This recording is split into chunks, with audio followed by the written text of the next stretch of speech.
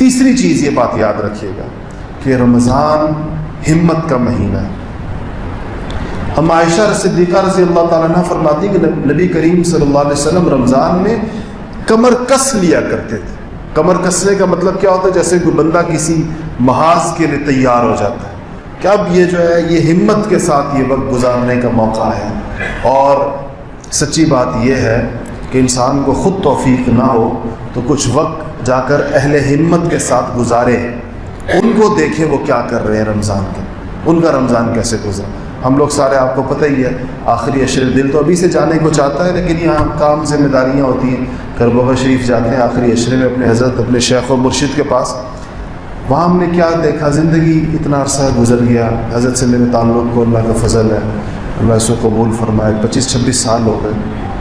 تو رمضان شریف کے اندر ہم جب آخری عشرے میں جاتے ہیں, آخری عشرے میں مغرب کی نماز سے لے کر صبح اشراق کی نماز تک اس پوری رات میں ہم نے کبھی حضرت کی کمر فرش کے ساتھ لگی بھی نہیں دیکھی, کبھی بھی.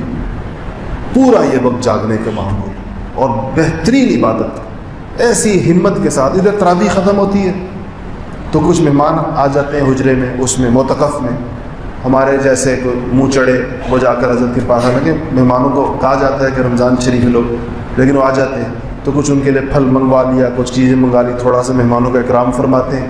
پھر ایک حافظ صاحب متعین ہے, جا کر پھر کھڑے ہو جاتے ہیں. اور تراویح میں 1 سپارہ سنا, اب کھڑے ہو کے 3 سپارے سنتے ہیں تراویح کے فوراً بعد, آدھے گھنٹے بعد. اس کے بعد وہ حافظ صاحب تھک جاتے ہیں, ظاہر بات ہے, تو حافظ صاحب کو چھٹی دے دیتے ہیں.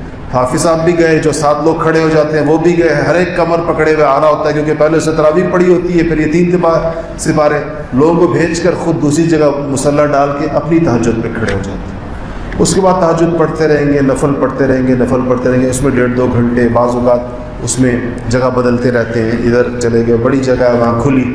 اس کے بعد پھر دوبارہ حافظ صاحب آ جائیں گے, وہی جسے 3 پارے سنائے گے, وہ دوبارہ آ کر 3 اور سپارے سنائے گا. اس میں پھر کھڑے ہو جائیں گے, اس کے پیچھے 3 سپارے سنائیں گے. اس کے بعد پھر اپنے معمولات, پھر سحری ہو جائے گی. اس کے بعد پھر دعا کوئی آدھا گھنٹہ, پونا گھنٹہ, ایسی دعا. میرا معتکف ہمیشہ ان کے معتکف کے ساتھ جڑا ہوا ہوتا ہے. ایک ہی دیوار, ہماری ایک دیوار ایک ہوتی ہے درمیان میں.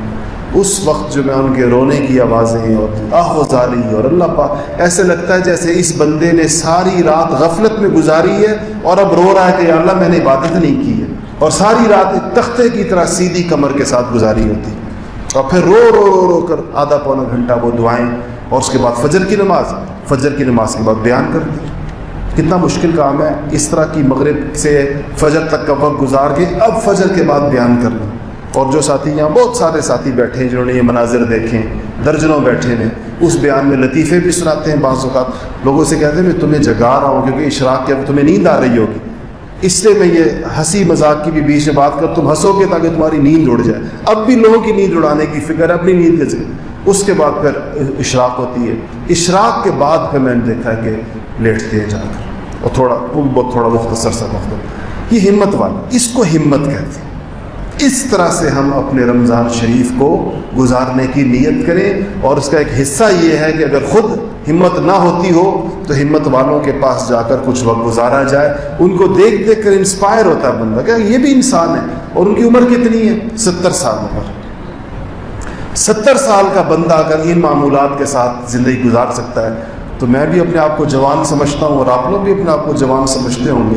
تو ہم جوانوں کے لیے تو اور بھی زیادہ اس کی بات ہے کہ ہم اس میں ہمت کریں.